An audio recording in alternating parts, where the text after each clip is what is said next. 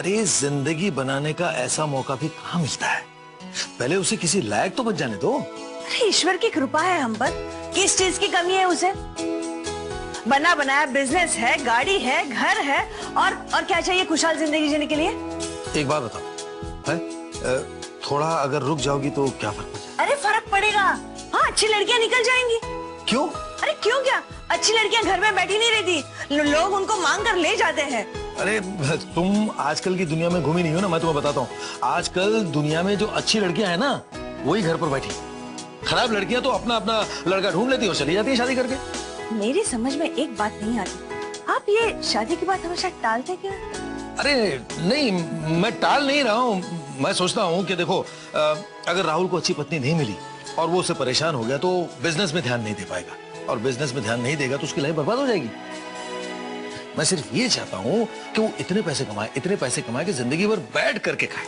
अरे शुभ शुभ बोलिए, अच्छा सोचेंगे तो अच्छा होगा, बुरा सोचेंगे तो बुरा होगा। और फिर ये तो नसीब का खेल है, नसीबों को खेलने दीजिए। हम तो बस अच्छा सोचकर फैसला कर लेते हैं। कहते हैं कि नसीब भी अच्छी सोच रखने वाले का साथ देता है। मैडम जी, आपको जैसा ठीक लगे वैसा आप कीजिए, मैं क्या कह सकता हूँ।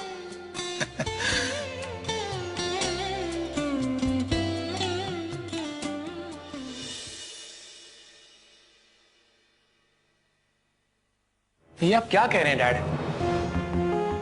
मेरी समझ में ये नहीं आता है बेटा कि पद्मा को कैसे रोकूं।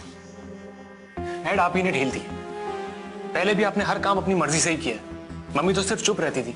बेटा, उसका रिजल्ट भी देखा और अपने आप को बदला, उसका नतीजा भी देख रहा हूं। कितनी सुकून से गुजर रही है जिंदगी और कितनी शांति है घर में। डैड, मगर जो हो चुका है वो आज नहीं तो कल पता तो लगना ही है, इसलिए जो तब होगा वो अभी हो जाए। बेटा, फिलहाल हम बाहर उलझे हुए, अगर घर में उलझेंगे तो दोनों टेंशन साथ में दूर नहीं कर पाएंगे। इसलिए फिलहाल हमें आशियाना की टेंशन को सॉल्व करना है। बाकी प्रॉब्लम तो अपने हाथ में, उसे हम कभी भी सॉल्व कर लेंगे। डैड, मगर आप मम्मी को कंट्रोल मत कीजिए प्लीज। कभी कभार आप छोटों की भी बात मान लिया कीजिए। बाद में मालूम होगा या किसी और से मालूम चलेगा तो उन्हें बहुत तकलीफ होगी डैड। इसीलिए सही वक्त है आप थोड़ी सी तकलीफ उठा लीजिए और मम्मी से सब कुछ बता दीजिए। बेटा, जज्बात से नहीं, अकल से काम लो, अकल से। तुम्हें अभी बहुत ही कामयाब बिजनेसमैन बनना है, और चाहे बिजनेसमैन हो या कोई सादा इंसान, लेकिन सबको एक ही असूल पर चलना चाहिए।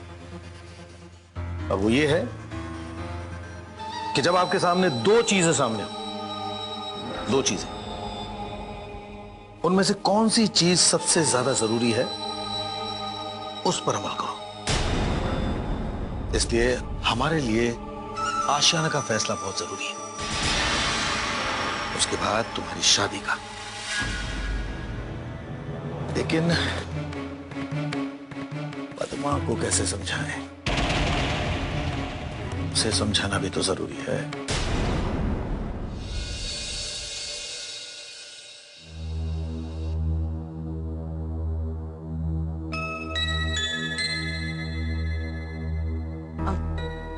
नमस्ते जी। अरे नमस्ते नमस्ते, आइए। कैसी हो? मैं बिल्कुल ठीक हूँ। पद्मा कहाँ है? वो कहीं गई है। ओह। बैठो।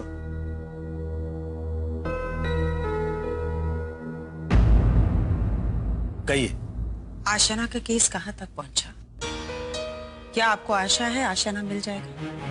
अरे फिलहाल तो न हम आशियाना के बारे में कुछ कह सकते हैं और न ही आशियाना वाले। क्यों? क्योंकि जब तक 2-3 हियरिंग नहीं तब तक किसी को समझ में नहीं आएगा कि फैसला किसके हक में जाएगा। देवराज साहब, मैं आपसे कुछ कहना चाहती हूँ। कहो। मर्द सिर्फ एक ही बार मरता है, लेकिन औरत 2 बार मरती है जिंदगी में। एक मौत जो वक्त लिखता है, लेकिन उससे पहले भी औरत तब मरती है जब ससुराल वाले उसे हमेशा हमेशा के लिए मायका बेच देते हैं। मैं आपसे विनती करती हूँ, दामिनी को वापस ले आइए प्लीज। तो आप सब जान गई? सच्चाई ज्यादा दिनों तक छुपी नहीं रहती देवराज साहब। मैं ये बात जान गई हूँ कि राहुल ही हरिलाल बना हुआ था और ये सारा ड्रामा आपने सिर्फ और सिर्फ आशियाना के लिए किया था, है ना? ओफ, आशियाना आशियाना आशियाना। आशियाना का नाम लोगों ने मजाक बना रखा है। लोग क्यों नहीं समझते कि आशियाना मेरा मकसद नहीं है, इंद्रजीत की बर्बादी मेरा मकसद है। और कितनी बर्बादी चाहते हैं आप? हाँ? वो लोग बेघर हो गए हैं और इंद्रजीत जी जिंदगी और मौत से लड़ रहे हैं हॉस्पिटल में। लड़ नहीं रहा है, आखिरी सांसें गिन रहा है।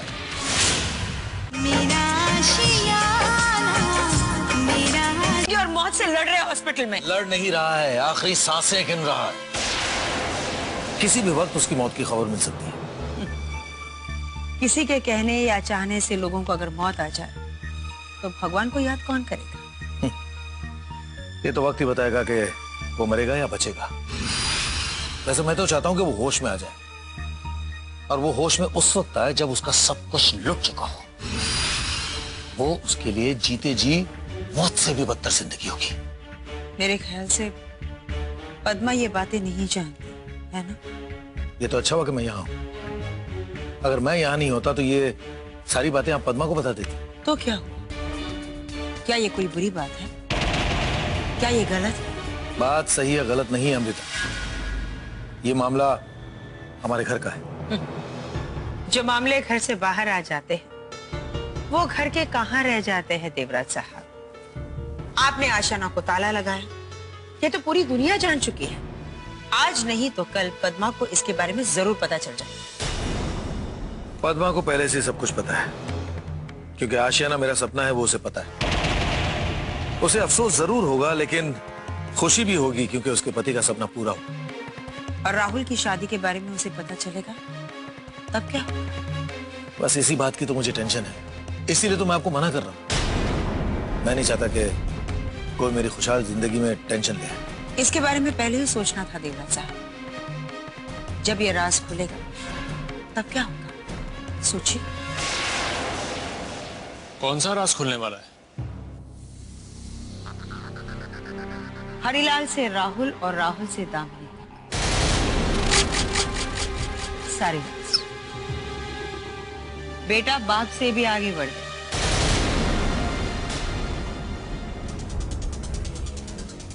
आंटी जी, बेटे में बाप के गुण तो आते ही हैं, और मेरे कुछ अपने गुण भी तो हैं। तो दोनों को मिला दो तो मैं प्लस हो जाता हूं ना। वैसे आप ये राज किस पर खोलना चाहती हैं? पद्मा पर। वो तुम्हारी माँ है और तुम्हारी शादी के बारे में उसे जानने का पूरा अधिकार है। आंटी, ये राज तो राज ही रहेगा, और अगर किसी ने खोलने की कोशिश की तो बस रहा। मैं तुम्हारे पिताजी के साथ बात कर रही हूँ, और अच्छे घराने के बच्चे बड़ों के बीच नहीं बोला करते। जो बच्चे बीच में बोलते हैं ना, हम उन्हें बदतमीज कहते हैं। और अगर तुम बदतमीज हो तो बोलो हमारे बीच। अमृता जी, एक बात सुन लीजिए। मैं अच्छी तरह जानता हूं कि आप पद्मा की बहुत इज्जत करते हैं, उसकी भलाई चाहते हैं, और उसे अगर इस घर में खुश देखना चाहती हैं तो इस बात को यहीं खत्म कर दोगी। अगर आप पद्मा को सब कुछ बता देंगे तो वो नाराज हो जाएगी और मुझसे सवालात करेगी, जो मुझे कभी बर्दाश्त नहीं होगा। क्यों? सुना आप बदल चुके हैं। पुरानी बातें भूलकर आप पद्मा से इतना प्यार जताते हैं, इतनी खुशियां देते हैं जैसे कि आप लोगों की नई नई शादी हुई। बिल्कुल सही कह रही हैं आप। लेकिन अगर बात इंद्रजीत और मेरे बीच की होगी तो मैं किसी को भी माफ नहीं करूंगा। अपनी औकात में आ जाऊंगा। उसके बाद पद्मा को हमेशा हमेशा के लिए मैं उसके मायके भेज दूंगा। अमृता जी, अगर आप पद्मा की खुशियां छीनना चाहती हैं तो आप बेशक उसे सब कुछ बता दीजिए, पर उसके बाद जो कुछ भी होगा उसके जिम्मेदार सिर्फ और सिर्फ आप ही होंगे। क्या सोच रही हैं आप? यही कि आप कितनी नकली जिंदगी जी रहे हैं सिर्फ अपनी जिद और अहंकार के लिए। चलिए, मैं पद्मा को कुछ नहीं बताती, लेकिन जिस दिन उसे इसके बारे में सब कुछ पता चल जाएगा उस दिन इस घर में ऐसा ज्वालामुखी फटेगा जिसमें सारे रिश्ते विश्वास जलकर भस्म हो जाएंगे।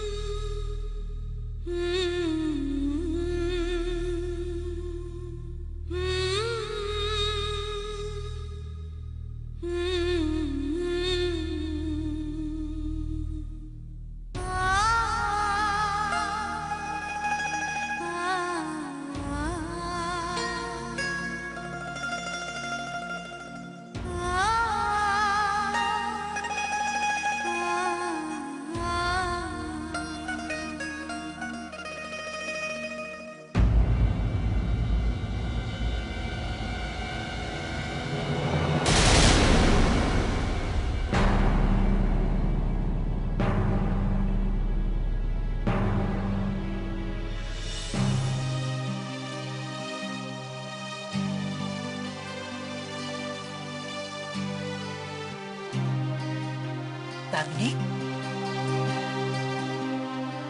अब इंद्रजीत जी की तबीयत कैसी है? उन्हें होश आया कि नहीं? नहीं आंटी, अभी होश नहीं आया, पर ऐसा लगता है कि अभी होश आ जाएगा और वो उठकर बैठ जाएंगे। भगवान करे ऐसा ही। पर तुम देखना, एक दिन वो खड़े भी हो जाएंगे और उनका हाथ तुम्हारे सिर पर होगा आशीर्वाद देने के लिए। यही मेरी प्रार्थना है और आशीर्वाद भी। जिस तरह तुमने तकलीफों का सामना किया है दामिनी, तुम हर लड़की के लिए एक मिसाल हो। नहीं आंटी, मैं इतनी भी महान नहीं हूँ। तुम क्या जानो तुम क्या हो?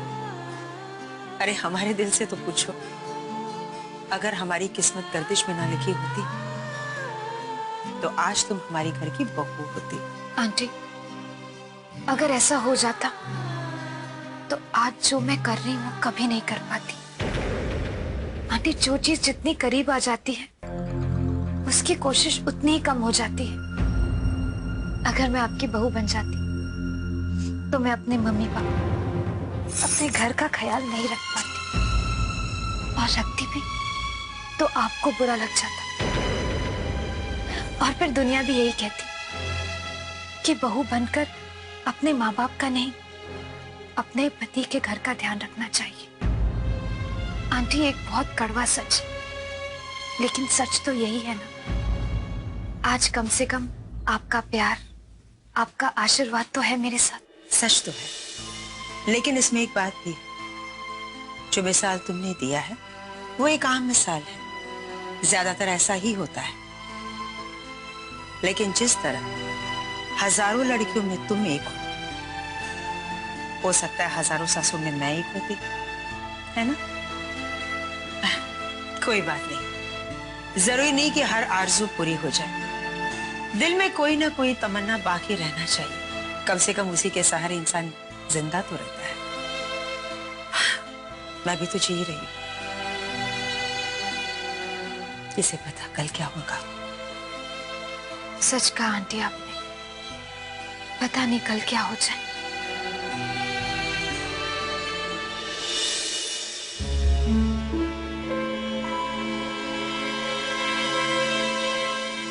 Yes officer. कल रात जब्बा ने आया था जी। आपका उसके साथ कोई झगड़ा हुआ था? अभी झगड़ा तो नहीं कह सकते, बात बात में गर्मी पैदा हो गई थी। क्या हुआ था क्या नहीं, उसी की पूछताछ कर रहा हूँ। और अब ये सब मुझसे क्यों कह रहे हो? कारण है, इसीलिए तो आपसे कह रहा हूँ। तो कारण बता दीजिए।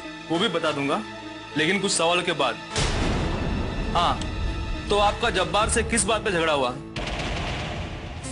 ऑफिसर, मैंने कहा ना आपसे एक बार, झगड़ा हुआ था, थोड़ी सी गर्मी से बात हुई, क्यों हुआ था सब बताना पड़ेगा। देखिए इंस्पेक्टर साहब, मैं खुद एक वकील हूं। फिर तो आपको अच्छी तरह मालूम होगा।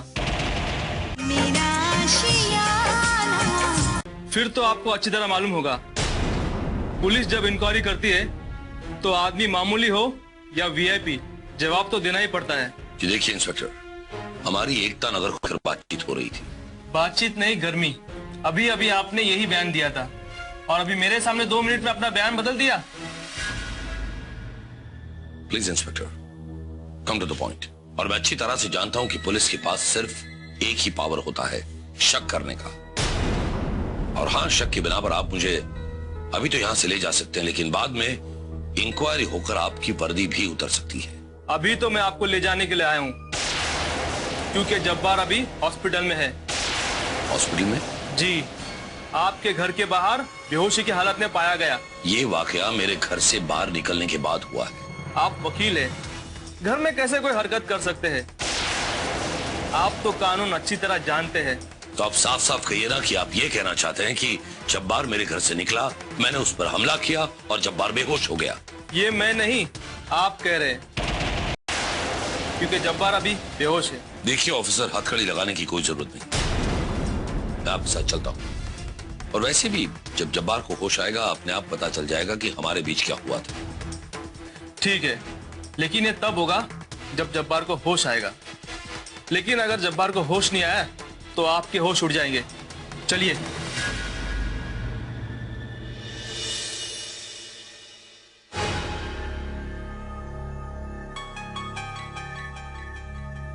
डैड, जब्बार मरना चाहिए।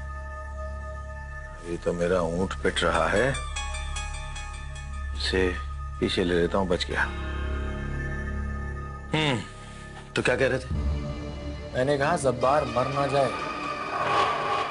अगर ऐसा हुआ तो मोहन जेल से छूट नहीं सकता और दामिनी अकेली पड़ जाएगी। आशियाना हासिल करने में वक्त कम लगेगा। और अगर जब्बार बच भी गया तो भी हमारा ही फायदा होगा। हम जब्बार की हमदर्दी हासिल कर लेंगे, एकता नगर का रास्ता भी हमारे लिए साफ हो जाएगा। ये लीजिए, अभी तो आपका ऊंट साफ हो गया और मेरा रास्ता भी। हाँ, अभी तुम्हारा रास्ता साफ नहीं हुआ है बेटा। दामिनी को तुम्हारे पास आकर गिड़गिड़ाने में भी बहुत वक्त बाकी है। डैड, आपको क्या लगता है कि वो मेरे सामने रोएगी, गिड़गिड़ाएगी तो मैं उसे अपना लूंगा, स्वीकार कर लूंगा? मैं करना ही पड़ेगा। सवाल ही नहीं डैड, मैं दूसरी शादी करके ही रहूंगा। अभी डिवोर्स नहीं हुआ है बेटा। तो हो जाएगा। बेटा, गेम को समझो। जंग भी दरअसल एक शतरंज की तरह ही है। अपनी चाल के साथ साथ सामने वाले की चाल भी सोचनी पड़ती। अब दामिनी की साइन हमारे पास है तो वो कमजोर है, लेकिन दूसरे पेपर्स पर हमने साइन नहीं ली तो हम भी कमजोर पड़ सकते हैं। दोनों की ये कमजोरियां ही दरअसल दोनों को साथ साथ मजबूती से बिठाए हुए है। लेकिन मैं ज्यादा दिन तक बैठने वाला नहीं हूं, मैं दूसरी शादी करके ही रहूंगा। ये कानूनी जुर्म होगा। खबरदार, ऐसा कभी मत करना। डैड, कभी कभी मुझे ऐसा लगता है कि आपने अपने दिमाग का इस्तेमाल इतना ज्यादा कर लिया है कि उसमें नए आइडियाज की कमी हो गई। आपको कोई बात समझ में ही नहीं आती। कौन सी बात नहीं समझ पाया? डैड, आप ये बात अच्छी तरह से जानते हैं कि दामिनी ने राहुल से नहीं बल्कि हरीलाल से शादी की, और हरीलाल ही राहुल है। वो ये कैसे साबित करेगी? गुड, अच्छी चाल है। मैं हार गया। लेकिन डैड, दामिनी का ध्यान अभी उस बात पे नहीं गया। वो बहुत हाथ पैर मारेगी और कोर्ट में आर्गुमेंट होगा। वो पूरे यकीन के साथ और उसका वकील पूरे जोश के साथ एक केस जीतने की कोशिश करेगी। तब ये चाल हमारे काम आएगी। यस, इसे कहते हैं खून का असर। डबल असर।